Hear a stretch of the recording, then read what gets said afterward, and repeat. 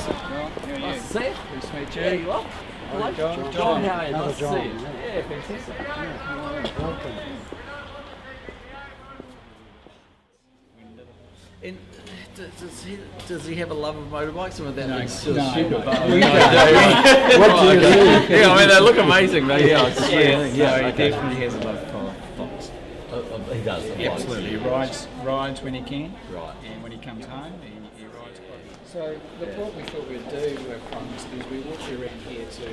We'll just have pictures over there, Right. and then give you time to have a look Yeah. around. Okay. It looks amazing. Eh? Ask any questions you like, Yeah, of they're course. fantastic. How many ones have you got? Welcome, Kia ora. This is a great day. It's been an age coming. You know, this started off with one man who had a love and a fondness for classic and vintage bikes.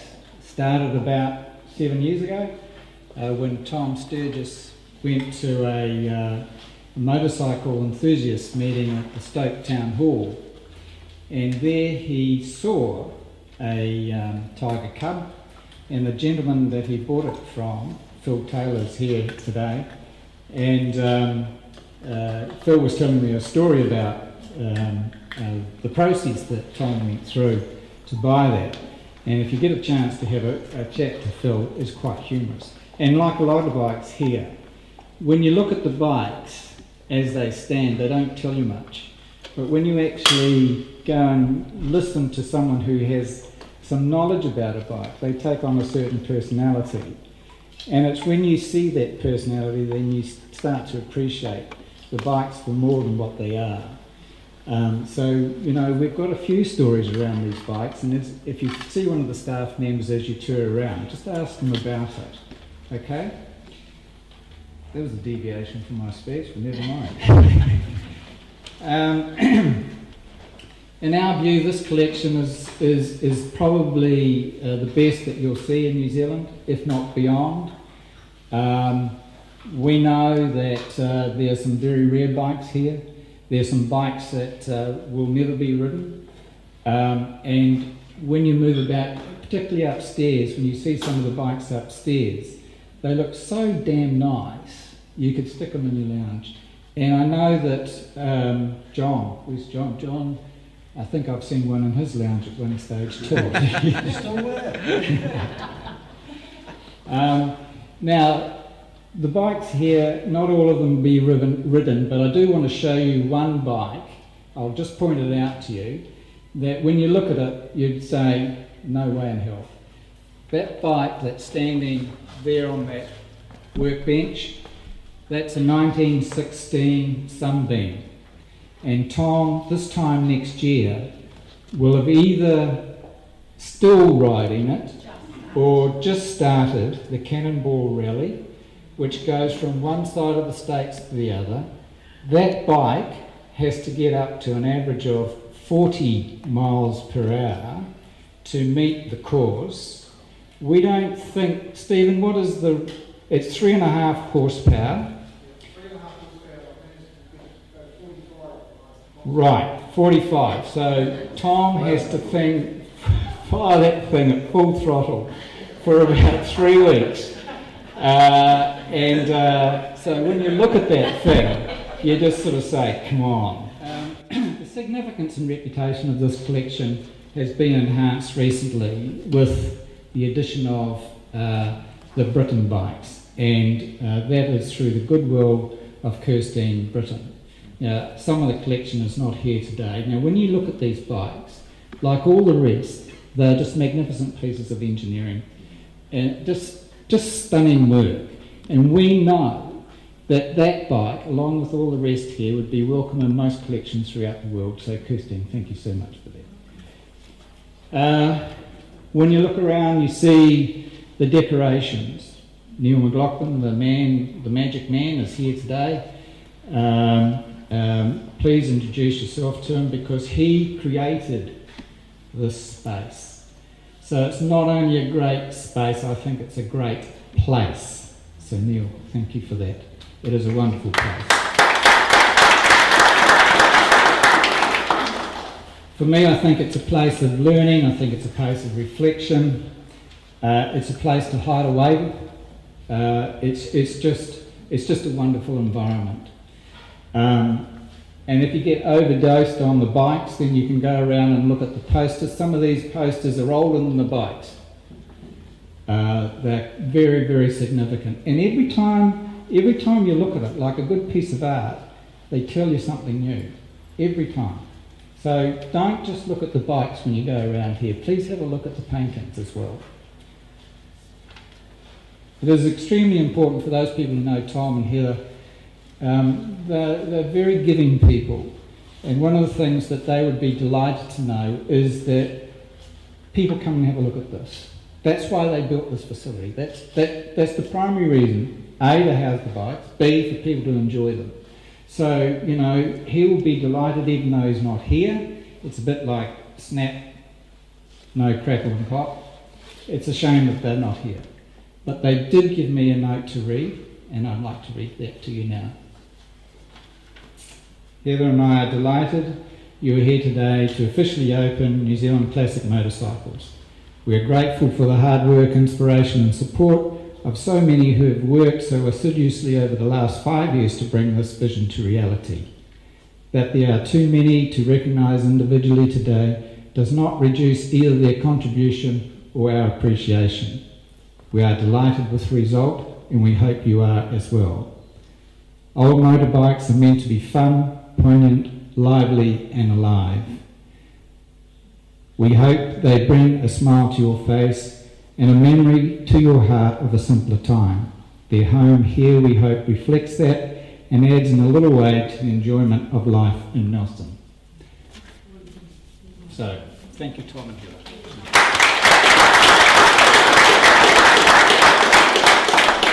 So that's my lot. So, Prime Minister. Kia ora tātou. Chris, firstly, thank you, and just want to acknowledge you and the team here, Rachel and Nick, just pay tribute to the leadership shown locally. Firstly, just want to, in absenteeism, absentia, basically acknowledge Tom and Heather. You know, it's a remarkable thing to be as generous as this, to set up a facility which is benefiting the community, which is of great enjoyment, fantastic tourism attraction, and just a fun thing. And obviously wish Tom a speedy and healthy recovery. When you're Prime Minister, one of the really cool things is you get to go around New Zealand and you see all these amazing little gems that are just hidden away that you'd never know they were there unless you lived locally. And this is definitely one of them that's going to be marked down on when people ask me where should I go and what should I go and see.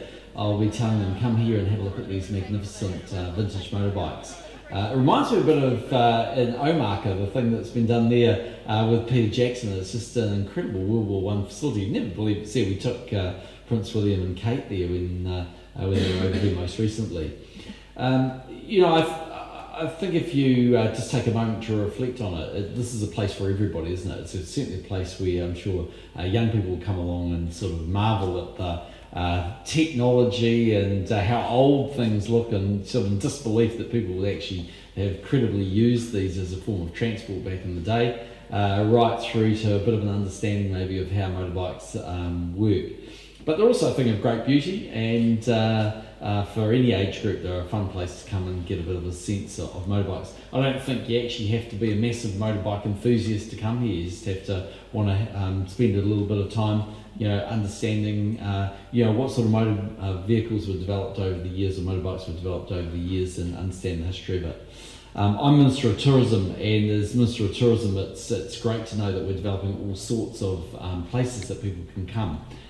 You've got a number of them here. Obviously you've got WOW. Now you've got this. I think Dick's got a cunning plan to work on something else as well, and it's just going to be yet another thing to encourage both domestic but also international tourists to come to the Nelson Tasman area and really enjoy it.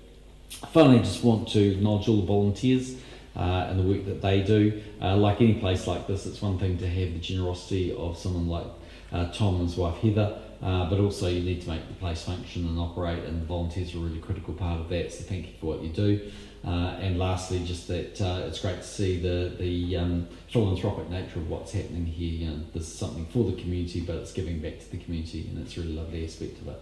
We've had a great day actually in Nelson today. Rachel and I have been tic-tacking all over the show. I think I've been to everything from the aquaculture conference right to having more peanut butter than I could possibly ever eat my entire life. But my son's going to be very happy about it because he's a big fan. And right through the Chamber of Commerce, but saving the best for last, so looking forward to having a good look around.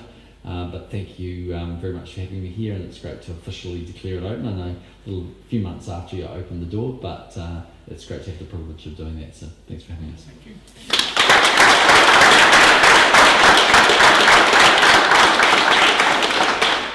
On your behalf, just want to thank the Prime Minister for taking the time to come to Nelson and be part of opening this wonderful new asset for our community of Nelson. He's the Minister of Tourism, and what I love is that he understands the importance of that industry to regional New Zealand. We're delighted by the extra air links, Rachel, that were coming to our region, and Prime Minister, your support for recognising the importance of that for places like Nelson. And Prime Minister, you've been a very strong advocate of making sure that communities like Nelson actually complement our great parks and our great wine, our great food, actually with activities that make us unique. And while we're lucky to have a unique attraction with massive $1 million of investment and volunteers for this facility. The part that's inspirational for me is also the story of what migrants can contribute to both Nelson and our nation.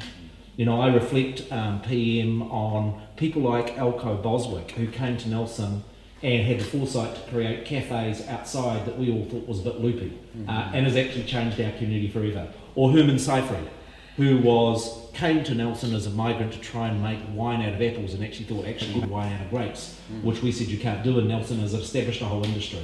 Equally so, I think we must pay tribute to Tom and for Heather in a story of just actually how much a community like Nelson benefits from the generosity of somebody that's chosen Nelson as their home. And may that be a message to us to have a welcome door for people of the talent, the vibrancy and the generosity of Tom Sturgis that's enabled us to make this happen. The last little bit, I'm an engineer, and I'm trying to convince my two boys that they might be engineers, and they think I'm a bit dorky. And the nice thing for me when I brought them here is that they said to me after, "Oh, engineers are quite cool, Prime Minister." And having something like the Britain Bike in our community in a facility such as this is an inspiration for a new generation of innovators in New Zealand, which is actually, Prime Minister, what we're going to need for this century if we're going to cut the mustard in making this community and this country ours the very, very best that it can be. So, conclusion, can you put your hands together and thank the Prime Minister for being here?